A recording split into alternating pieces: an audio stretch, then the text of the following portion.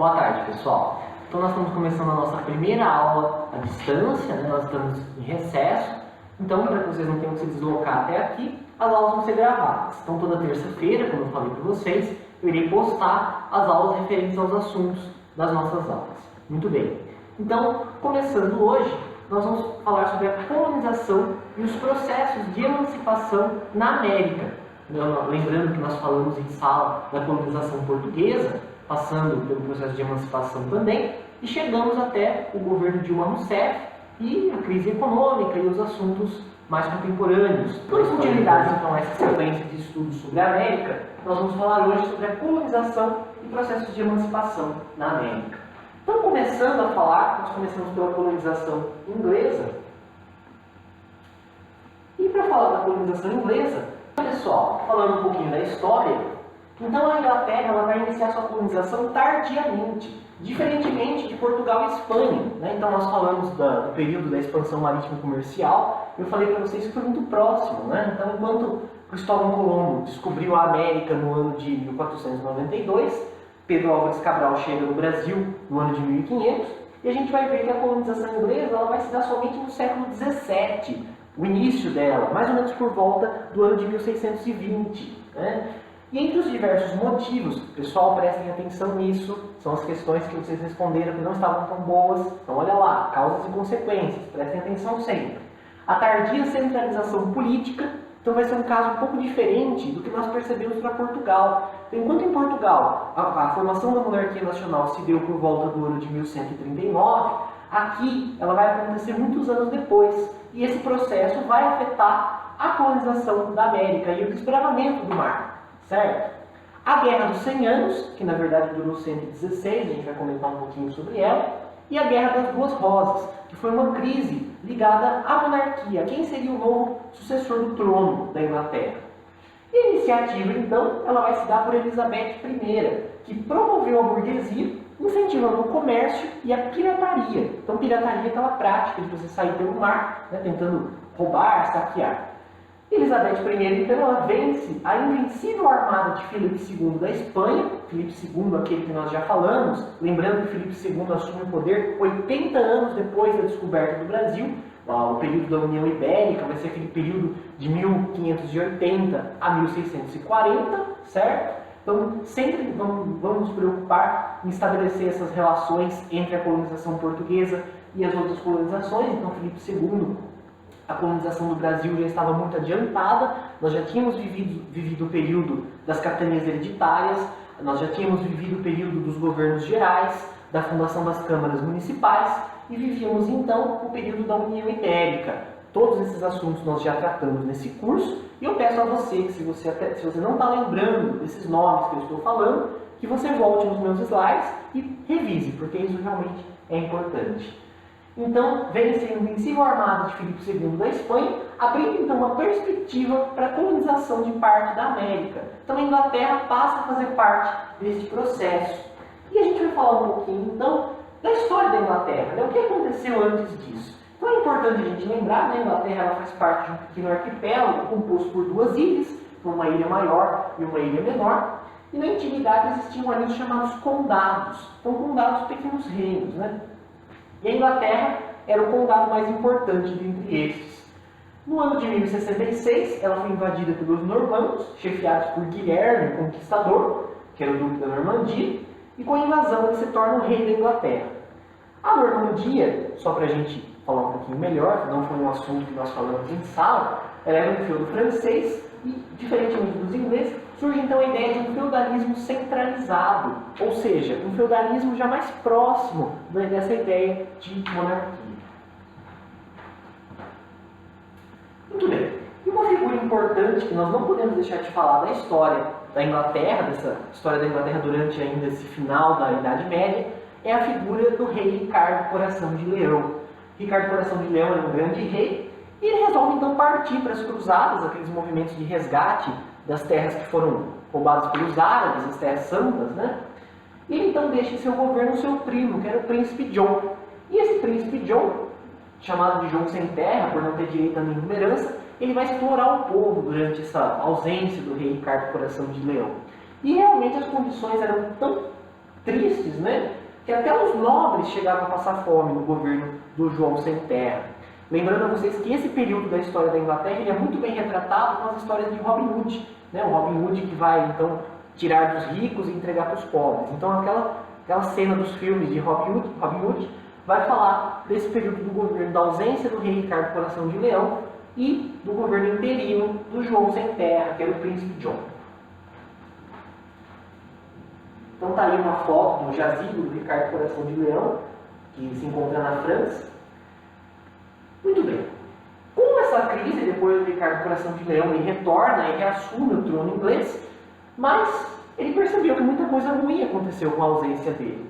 E surge então a ideia de se fazer um conjunto de leis visando diminuir aquela crise e até mesmo limitar os poderes do rei. Afinal de contas, João Sem Terra, quando assumiu o trono, tomou práticas muito complicadas, muito difíceis para o povo que não deveriam ser tomadas.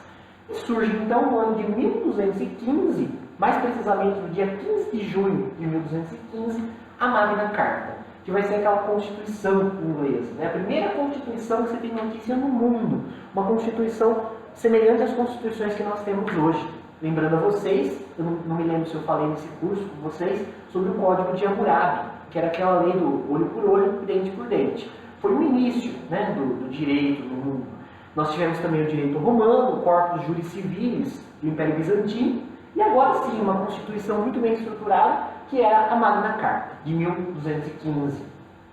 E tempos depois, aquele conselho, né, que se reuniu, ele vai se tornar o Parlamento Inglês, no ano de 1258.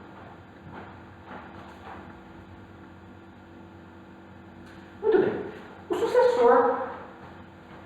sucessor rei Henrique III, filho de João Sem Terra, implementou novos impostos, sem obedecer à Magna Carta. E uma revolta da nobreza e a burguesia, então, obrigou o rei a negociar, criando o Grande Conselho, posteriormente chamado de Parlamento, em 1265.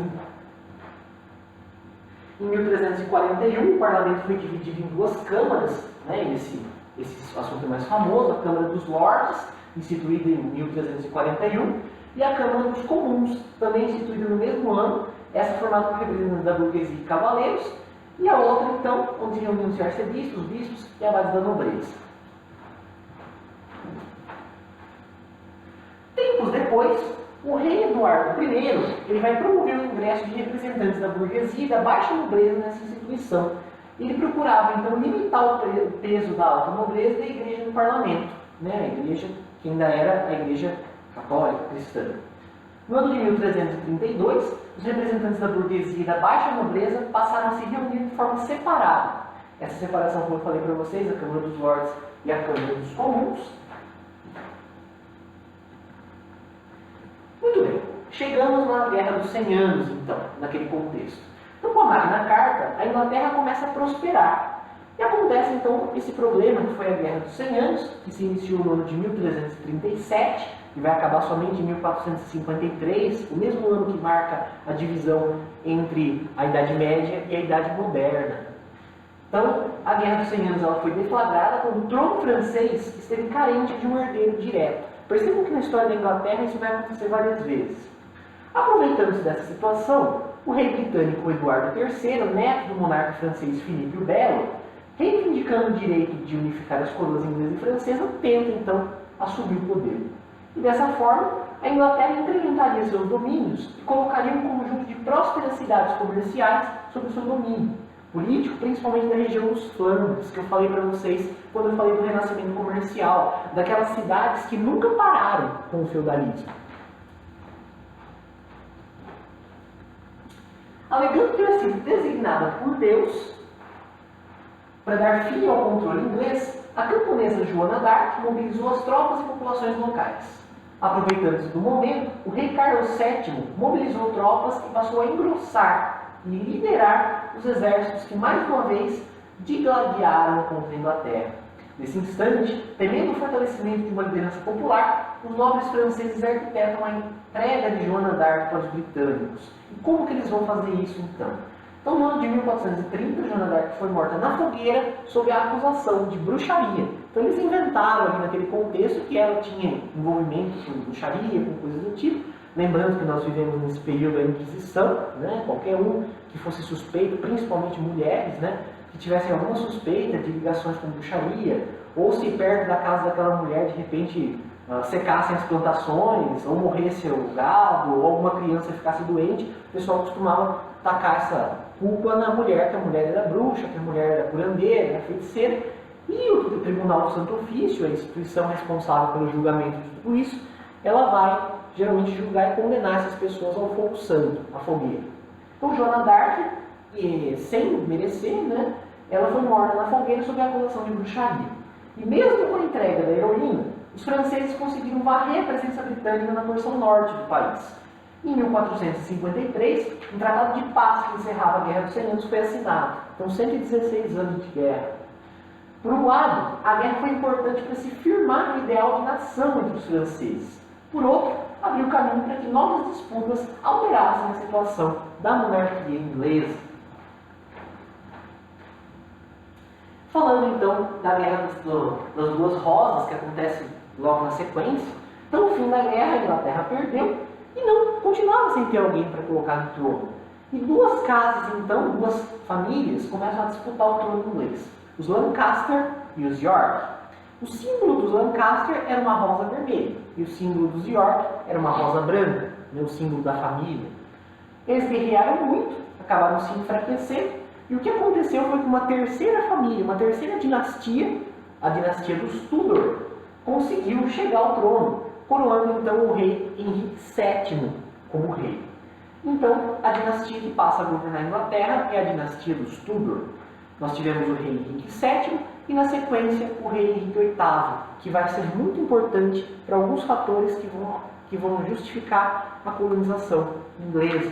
Então, o rei Henrique VIII, ele era casado, ele acabou querendo se separar daquela mulher que ele havia se casado, e ele pede então ao Papa que aceitasse aquela separação dele com a sua esposa, porque ele queria desposar a Ana Bolena, que era uma outra mulher que tinha ali. E o Papa e a Igreja, é claro que não vai aceitar, e o Henrique VIII então rompe os laços com a Igreja Católica. E como ele faz isso? Ele faz isso criando uma nova religião, que vai ser, no caso, o anglicanismo. Muito bem. Então, como eu não falei da reforma religiosa nesse curso ainda com vocês, rapidamente a gente faz um pause, paramos no Henrique VIII e vamos dar uma olhadinha para o que aconteceu, né? Então, nós tivemos aí 4 reformas religiosas. A primeira delas, a reforma luterana, que partiu de Martinho Lutero, que era um padre da Igreja Católica, que numa viagem que ele faz para Roma, né, ele acaba vendo que muita coisa errada acontecia dentro da igreja. Muita coisa errada. Uma das principais que nós nos lembramos quando nós falamos de Martinho Lutero vai ser a venda das indulgências. Então, quando ele chegou lá, ele encontrou muita gente vendendo o paraíso para o seu avô, para sua tia, para sua mãe, né? Você poderia comprar ali a entrada do céu para os parentes. Ele viu muitos erros ligados a sexo dentro da igreja, muitas coisas, e ele escreve então as suas 95 teses. Eu vou postar para vocês no grupo, né? Aquelas 95 teses de crítica à Igreja Católica. E ele acaba por se desligar da Igreja Católica e a formar o luteranismo, que era a sua religião. Tudo isso na Alemanha. Lembrando que, na verdade, houve algumas incoerências, porque nem tudo que ele falou a princípio ele acabou fazendo na religião que ele criou. Mas nós tivemos então o surgimento do luteranismo. Na França, o surgimento do calvinismo, a partir de João Calvino, ligado à questão do lucro, né? A Igreja Católica ela não permitiu o lucro, então um dos pilares para sustentar a religião calvinista era essa permissão ao lucro. E chegamos então ao que eu falei para vocês, a religião que Henrique VIII vai criar, que vai ser o anglicanismo. Esse anglicanismo que vai ser na Inglaterra, afinal de contas, Henrique VIII era o rei da Inglaterra.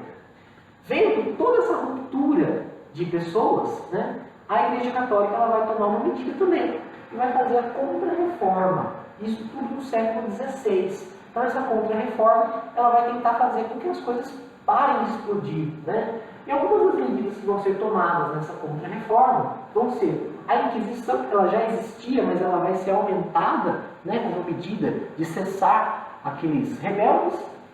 O Índex, que era a lista dos livros proibidos, livros que eram queimados, né? E muitas outras medidas também. Mas como o assunto da nossa aula de hoje não é a reforma religiosa, nós voltamos então para o nosso... Falei para vocês do Henrique VII que chegou ao poder, instaura novamente o absolutismo. Então, só para ilustrar para vocês, a rosa dos Lancaster vermelha, a rosa dos York, e a rosa Tudor acaba sendo uma rosa branca e vermelha, as duas cores juntas. Tudo bem.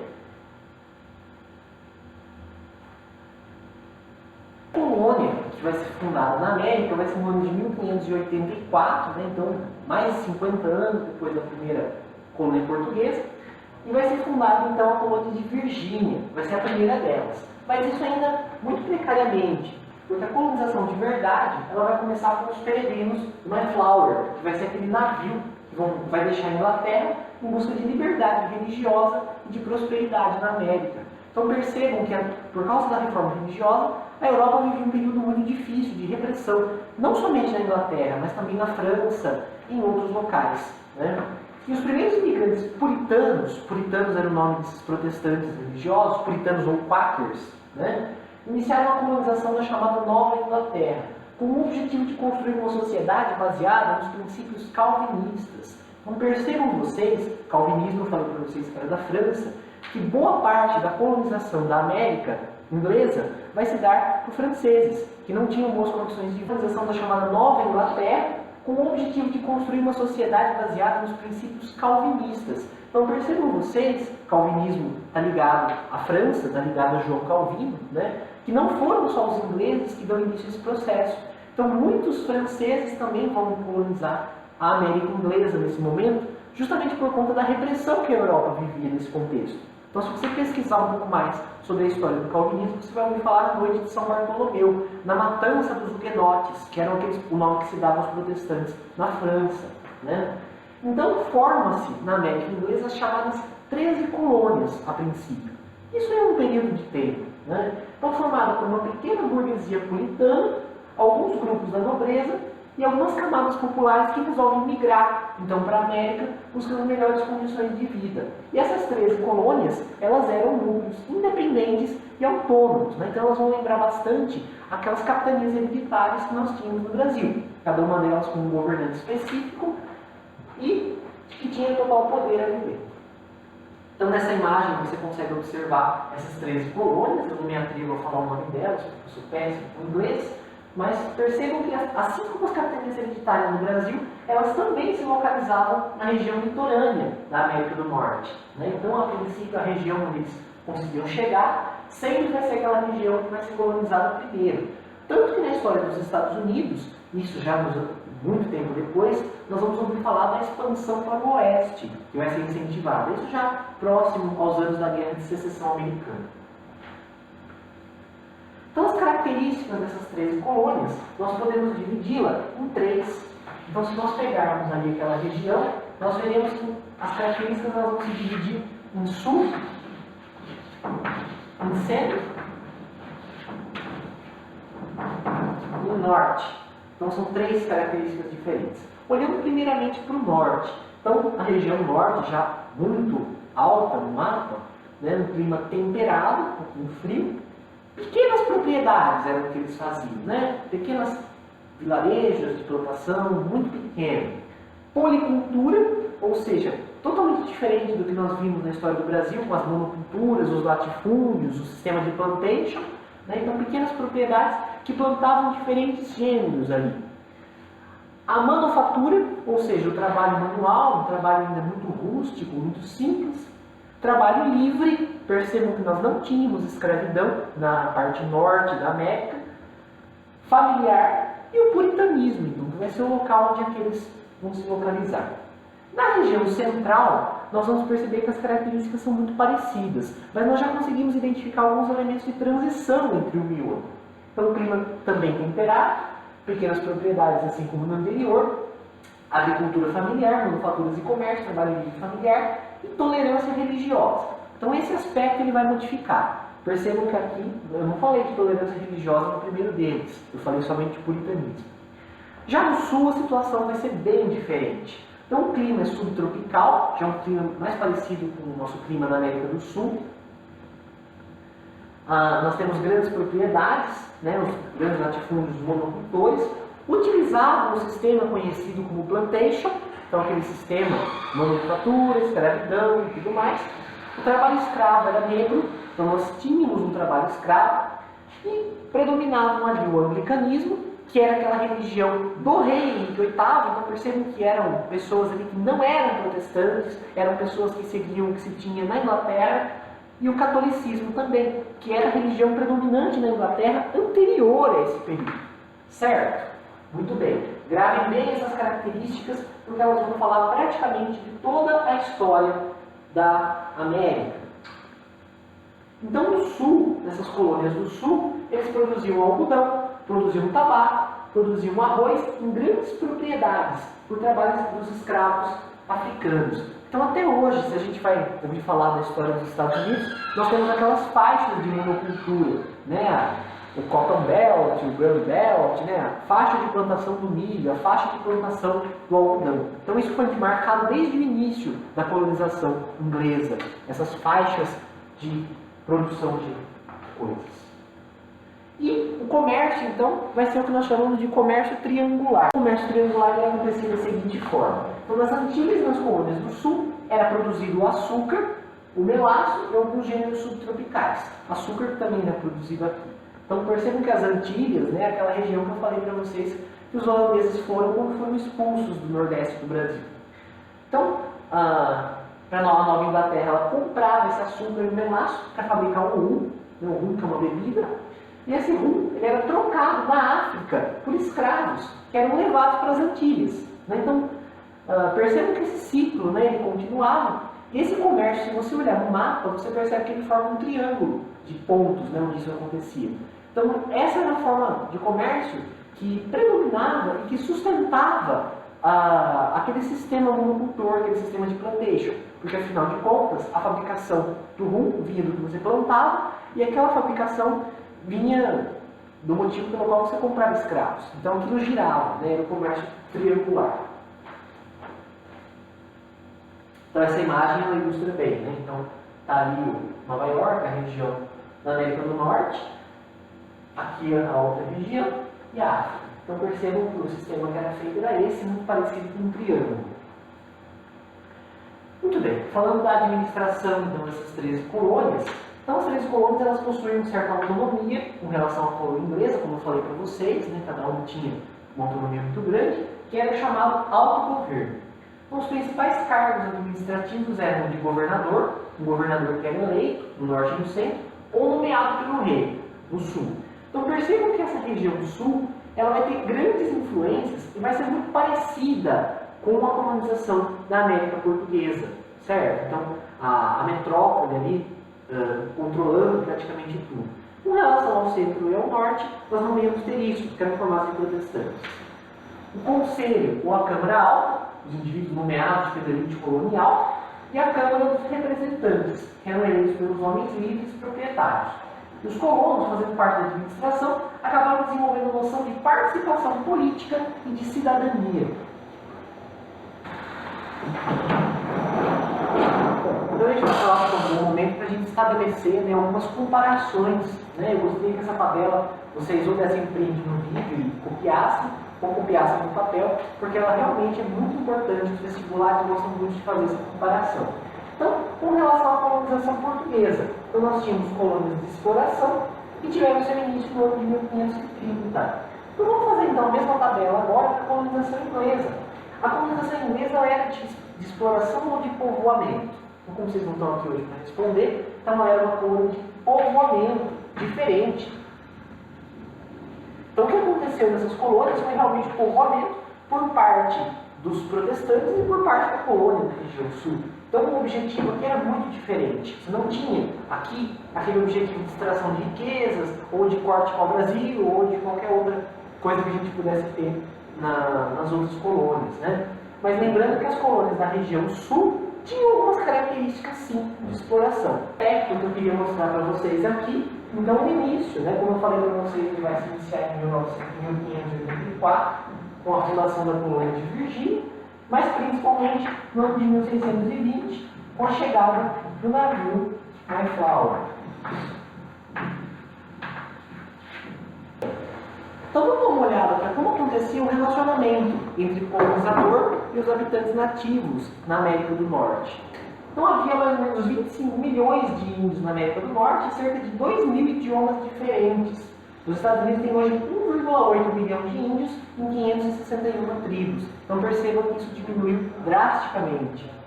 Para o etnólogo americano Churchill, da Universidade do Colorado, esses 3 séculos de extermínio caracterizaram-se como um enorme genocídio, o mais prolongado que a humanidade registra. Na América Inglesa não houve nenhum processo sistemático de catequese e de conversão dos índios ao cristianismo, apesar de algumas iniciativas nesse sentido. Brancos e índios confrontavam-se muitas vezes e mantiveram-se separados. Então percebam a drástica diferença entre o relacionamento entre indígenas com os portugueses e com os ingleses. O genocídio nos Estados Unidos foi um processo claramente controlado, impulsionado pelo governo dos Estados Unidos, com o apoio declarado dos setores que vislumbravam a possibilidade de lucros como o extermínio generalizado dos índios e a sua substituição por áreas integradas ao sistema de comércio, que renderia dividendos a banqueiros, fazendeiros e industriais das ferrovias. Eu trouxe para vocês também um trecho daquela época. Quanto aos nativos desse país, encontram-nos totalmente selvagens e primitivos, alheios de toda decência, mais ainda, incivilizados e ímpios, homens endemoniados que não servem a ninguém senão ao diabo. É difícil dizer como se pode guiar a essa gente o verdadeiro conhecimento de Deus e de seu mediador, Jesus Cristo. Então, essa frase foi dita no ano de 1628 pelo Jonas Michaelis, durante o período de colonização. Eu acho que essa frase diz tudo com relação ao comportamento. E realmente os índios eram considerados uma porcaria que estava ali e eram brutalmente mortos.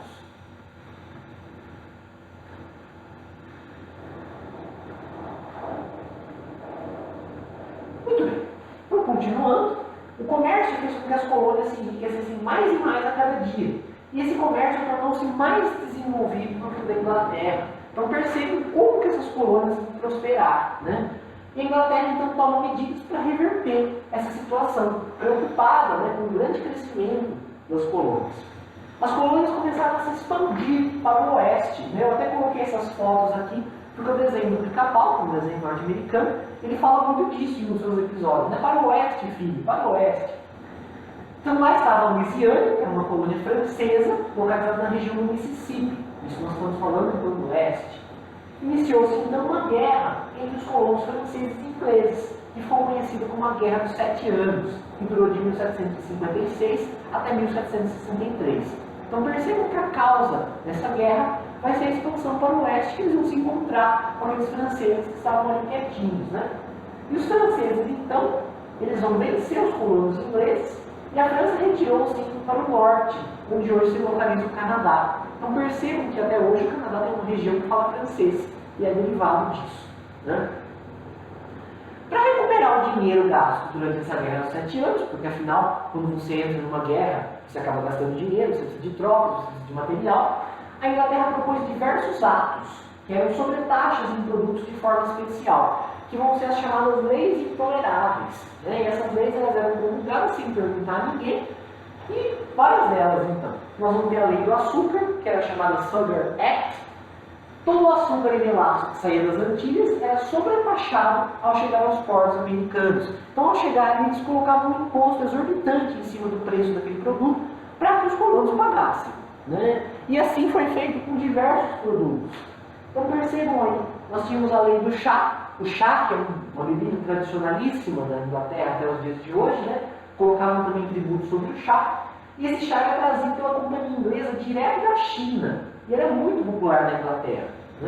E o que vai acontecer então vai ser um movimento de represália. O povo cansado daqueles impostos, daquelas taxas.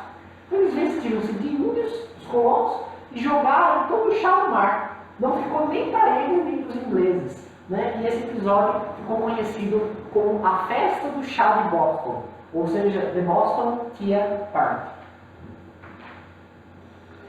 Tínhamos também a chamada Lei do Selo, que era um imposto sobre o transporte das cartas através da colagem de um selo. Então, aquele selo tinha um preço para você conseguir transportar a correspondência.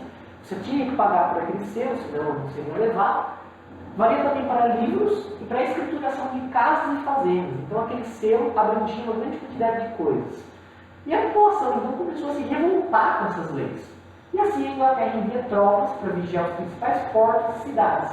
E os colonos deveriam oferecer ainda estadia e alimentação para aquelas pessoas que vinham ali, para, na verdade, combater contra eles. Né? Então essa situação realmente estava deixando o povo cada dia mais entristecido, mais raivoso, né? E a gente sabe que quando as massas começam a não gostar do que está acontecendo, as ameaças de rebelião começam a surgir. Então é feito, no ano de 1774, o primeiro Congresso de Filadélfia, que vai ser um momento onde eles vão sentar e vão conversar sobre aquela situação que estava acontecendo nas colônias deles. Né? Então os colonos do Norte resolveram promover no ano de 1774 um congresso para tomar medidas diante de tudo que estava acontecendo, daquelas leis intoleráveis, da questão dos soldados, das dívidas e de tudo mais. E esse congresso não tinha um caráter separatista. Percebam isso. Não tinha um caráter separatista. Eles queriam, a princípio, conversar. Né? Pois pretendia apenas retomar a situação anterior. Então, como nós podemos fazer para que a nossa vida volte ao que ela era antes dessas taxas exorbitantes, antes de toda essa confusão? Queriam o fim das medidas restritivas impostas pela metrópole e uma maior participação na vida política da colônia. Porém, o rei inglês George III não aceitou as propostas do Congresso, muito pelo contrário, ele adotou mais medidas controladoras e restritivas, como, por exemplo, as leis intoleráveis. Uma dessas leis, conhecida como a Lei do Aquartelamento, que dizia que todo colono norte-americano era obrigado a fornecer a moradia, o alimento e transporte para os soldados ingleses. E as leis intoleráveis geraram muita revolta nessa colônia, influenciando diretamente o processo de independência. Então, eles vão ver que realmente não tinha jeito, então aquela lei dos soldados não vai acontecer, na verdade, depois do Congresso de Filadélfia, e realmente a única solução que eles vão encontrar vai ser a separação. E isso vai acontecer, então, no segundo Congresso de Filadélfia, no ano seguinte. Né? Eles decidiram que Adams e Thomas Jefferson escreveriam uma declaração de independência com base nos direitos do homem, a influência iluminista. Então percebam que aquele movimento iluminista que eu falei para vocês nas aulas do primeiro semestre, ele vai chegar com toda a força na revolução que vai promover a independência dos Estados Unidos. Né? Ele vai ser a causa, ele vai ser um local onde eles vão buscar estrutura para escrever aquele documento.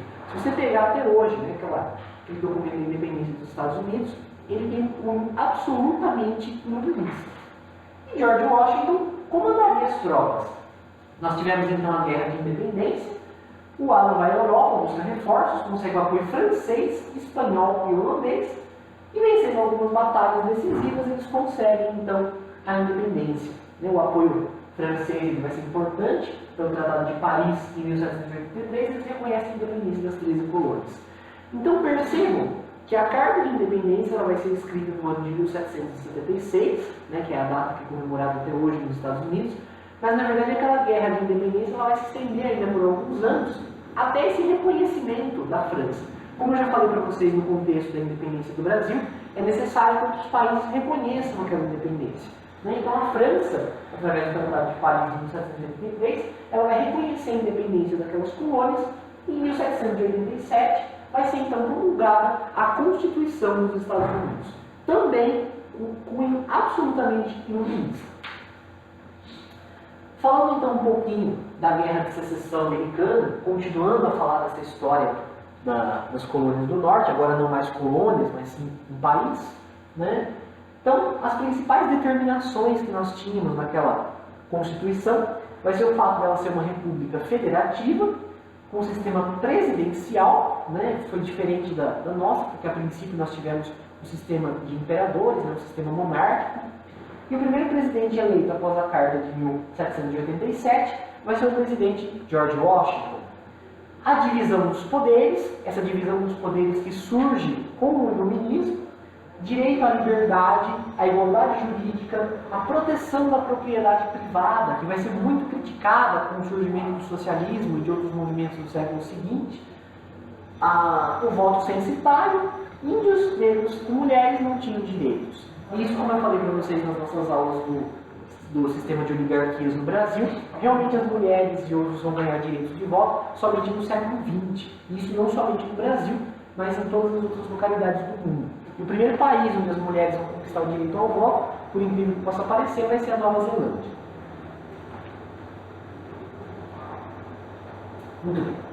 Nós tivemos o governo de James Monroe, nos anos de 1817 a 1825. Eu não vou falar de todos os presidentes, afinal, nós estamos no Brasil, não faz sentido eu falar com tantos detalhes da política norte-americana, como eu falei no Brasil, mas sim de alguns governantes que fizeram algumas coisas de destaque que nós precisamos saber, que os vestibulares gostam bastante. Então percebam só o que ele falou, né, no Congresso em 1823, esse presidente. Julgamos propícia essa ocasião para afirmar, como princípio que afeta os direitos e interesses dos Estados Unidos, que os continentes americanos, em virtude da condição livre e independente que adquiriram e conservam, não podem mais ser considerados no futuro como suscetíveis de colonização por nenhuma potência europeia.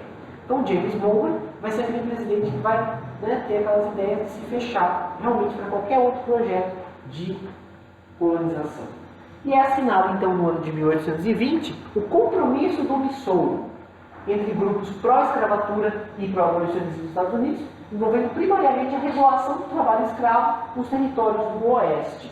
Então percebam aí a configuração do mapa, já muito diferente daquele mapa das 13 colônias que eu mostrei para vocês anteriormente.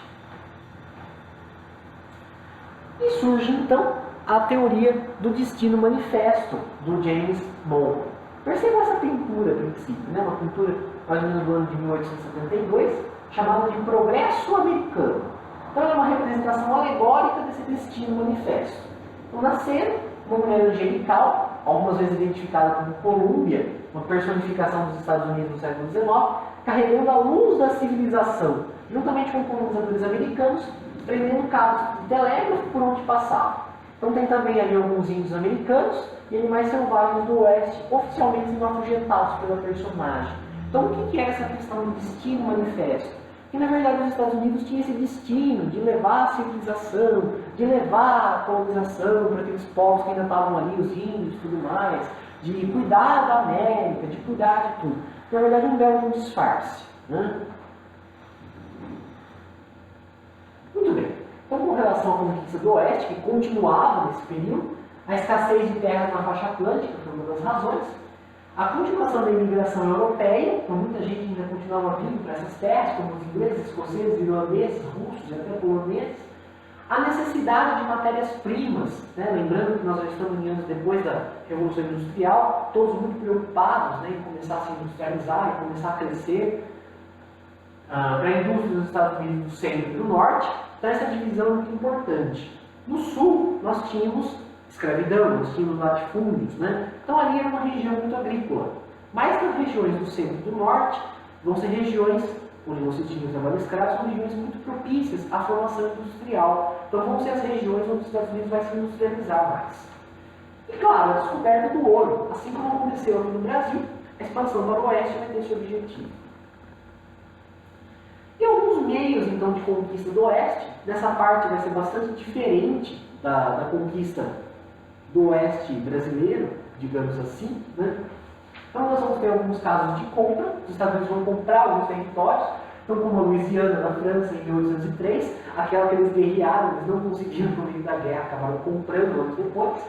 Então a ação diplomática dos Estados Unidos foi marcada por um grande êxito já no início do século XIX, quando Napoleão Bonaparte, em 1803, debilitado pelas guerras na Europa, vendeu a Louisiana, um imenso território onde foram formados 13 novos estados americanos, por 15 milhões de dólares.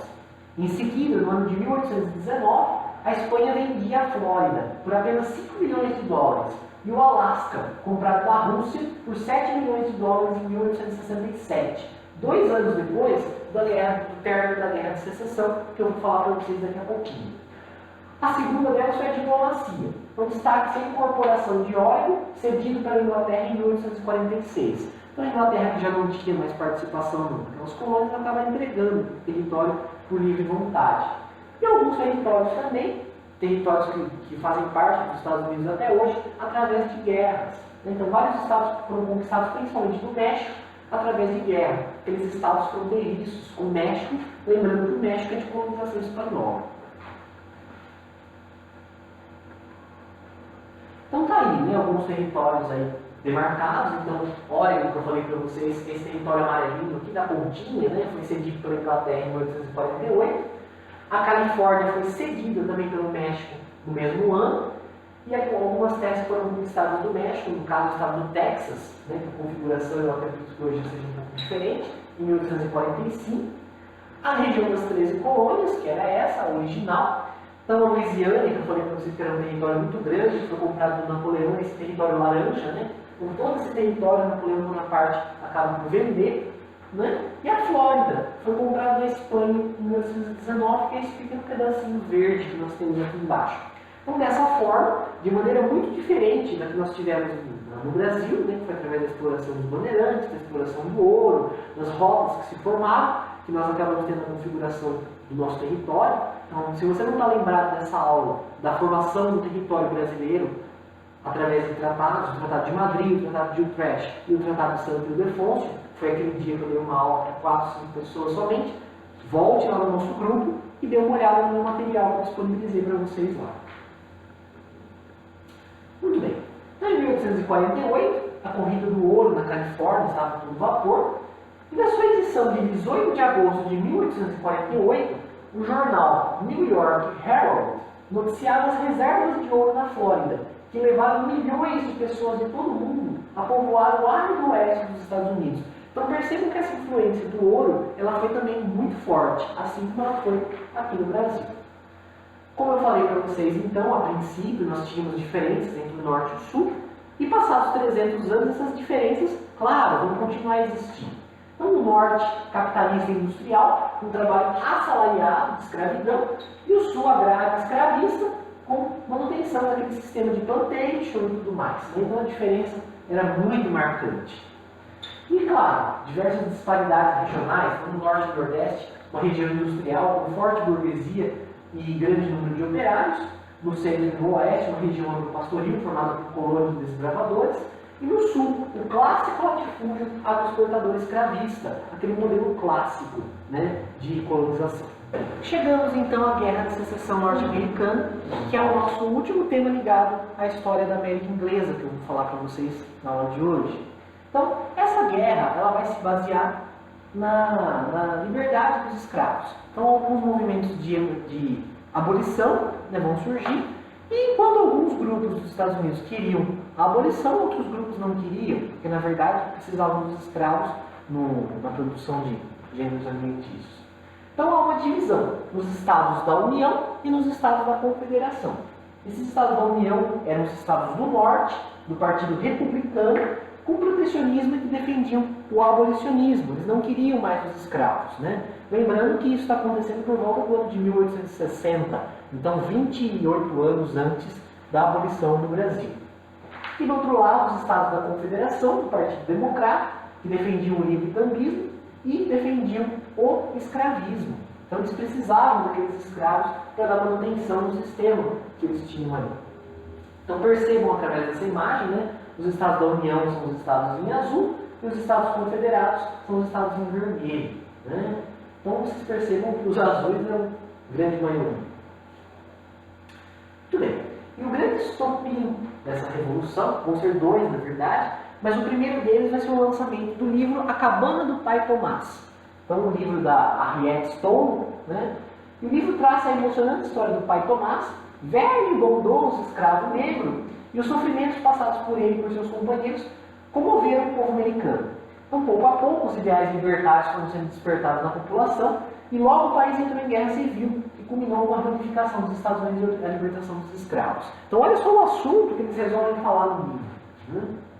E claro, a causa imediata então, da Revolução vai ser a eleição do presidente Abraham Lincoln para a presidência no ano de 1860, representando os interesses da burguesia nortista. Então, Lincoln era um abolicionista, né? E esse fato vai incomodar alguns. No ano de 1861, os estados do Sul separam-se, os Estados Unidos Confederados, liderados pelo Jefferson Davis. No ano de 1863, ocorre a abolição da escravidão. E no ano de 1875, a derrota então, do Sul. Né? E o Abraham Lincoln acaba sendo assassinado quando ele estava saindo ali de uma peça de teatro. Né? O Lincoln então, é assassinado. Então, a separação de dois grupos vai marcar o início dessa guerra. Vão se ter muitas batalhas, mas como eu já falei para vocês em outras aulas, eu não me preocupo com o nome de batalha, com o nome de confronto, com quem venceu a batalha, com quem não venceu. O importante é nós analisarmos causas e consequências. Os sulistas tentaram alguns acordos externos para conseguir armamento, então, claro, tentaram apoio, né? Na Inglaterra, que forneceu algodão, e também na Espanha, mas os nortistas souberam disso e bloquearam os portos, impedindo que aquela ajuda chegasse, né? E os estados do norte, como nós vimos a maioria, eles arrasaram os estados do sul que não viviam aquele sistema escravista. Então, a morte do Abraham Lincoln no finalzinho. E nós vamos ter então a chamada Segunda Revolução Americana. A primeira Revolução Americana foi a Revolução para a Independência. A Segunda Revolução Americana para consertar, na verdade, aqueles danos que surgiram após a Guerra de Secessão Americana. Então surge o Homestead Act, que era a Lei da Propriedade Rural. Foi uma lei dos Estados Unidos da América criada pelo presidente Lincoln no ano de 1862. Então, grandes contingentes de imigrantes europeus participaram da ocupação do vasto oeste americano. E sem eles, a conquista não se realizaria. Para atrair imigrantes, o governo norte-americano decretou em 1862 o Homestead Act, que defendia a posse de uma propriedade com 160 acres a quem cultivasse por 5 anos. Então era mais ou menos aquela ideia de capião que nós temos aqui. Então, essa lei fez aumentar muito o fluxo de imigrantes europeus para os Estados Unidos. Então vocês percebam essa imagem, ela mostra bastante. Com relação às consequências, então, gente, o slide está falando tudo. Consequências. Quando eu perguntar na lista, não deixe de olhar aqui. Né? Então, 600 mil mortos, a supremacia política e econômica dos Estados do Norte, claro, foram os que venceram, o grande crescimento industrial. Então, percebam que como os Estados do Norte venceram, os Estados do Norte realmente tinham essa característica industrial, é óbvio que o comércio, a questão industrial vai prosperar. Os negros, apesar de livres, permaneceram marginalizados e sem direitos. E essa questão do Sul, né, ter essa rixa com os negros, não gostar dos negros, vai fazer com que surjam alguns grupos racistas. E o principal grupo que vai surgir nesse contexto após a Guerra de Secessão vai ser a Ku Klux Klan, famosa até hoje, né, aqueles homens com a capa branca que matam negros. Então, ela foi fundada no ano de 1866 nos Estados Unidos, após o final da Guerra Civil Americana, com o objetivo de impedir a integração social dos negros recém-libertados. Eles não queriam que isso acontecesse. Como, por exemplo, que os negros adquirissem terras, tivessem direitos concedidos aos outros cidadãos, como votar e tudo mais. Então, com suas tradicionais capas brancas, tendo ao fundo a bandeira confederada, aterrorizou a população negra dos Estados Unidos até os anos 60, embora ela ainda sobreviva, né? Assim como os skinheads e outros grupos que nós temos aí. Emenda Plate, um dos últimos assuntos, né, desse assunto. Nossa, um dos últimos assuntos desse assunto é ótimo. Então, a chamada Emenda Plate foi um dos dispositivos legais inseridos na Carta Constitucional de Cuba, que autorizava os Estados Unidos a intervir naquele país a qualquer momento, em qualquer interesse recíproco de ambos os países fossem ameaçados. Então, dessa forma, na prática, Cuba passou a ser um protetorado dos Estados Unidos. Né? Então, percebam já quando que isso aconteceu, já foi faz muito tempo. Né? E a gente vai falar da ligação de Cuba com os Estados Unidos durante a Guerra Fria também. Então, a Emenda Plate representou uma ingerência nos assuntos cubanos, restringindo o exército soberano da política externa e comercial de Cuba. Por fim, então, falamos da política do Big Stick, que vai ser a política do grande porrete do presidente Theodore Roosevelt. Né? Então, para descrever esse estilo, né, o que ele falava? Fale com suavidade e tenha na sua mão um grande porrete. Então, ele vai marcar nessa política, já no início dos anos de 1900, do presidente Roosevelt, ela vai marcar o domínio dos Estados Unidos com relação aos outros países. Então, se você se comporta bem, tudo acontece bem. Caso contrário, tem um porrete. Muito bem, gente. Pessoal, deixa eu sentar. Pessoal, essa foi a aula de hoje, então. Na próxima aula nós falaremos sobre a colonização espanhola e sobre as experiências de esquerda vividas na América Latina, né? As experiências mais contemporâneas, e justificarmos, então, o porquê dessa América ter uma condição social, econômica e então, também política tão diferente dos outros países. Né? Eu espero que você tenha gostado dessa aula. Não se esqueça de deixar os seus comentários abaixo, como eu combinei com vocês, para eu saber que vocês assistiram. E juntamente com esse vídeo, eu estou disponibilizando uma lista de exercícios. Como vai funcionar essa lista? Então, na verdade, a parte que eu disponibilizo de hoje, a aula do dia 5 de julho, ela é uma parte do que você vai me entregar no dia 2 ou 3 de agosto, quando nós voltarmos. Né? Então, são apenas algumas questões, 3 ou 4 questões, que você vai responder e vai guardar com você. Todas as questões das 4 aulas vão ser entregues para mim na volta das aulas presenciais, certo? Muito obrigado e até semana que vem.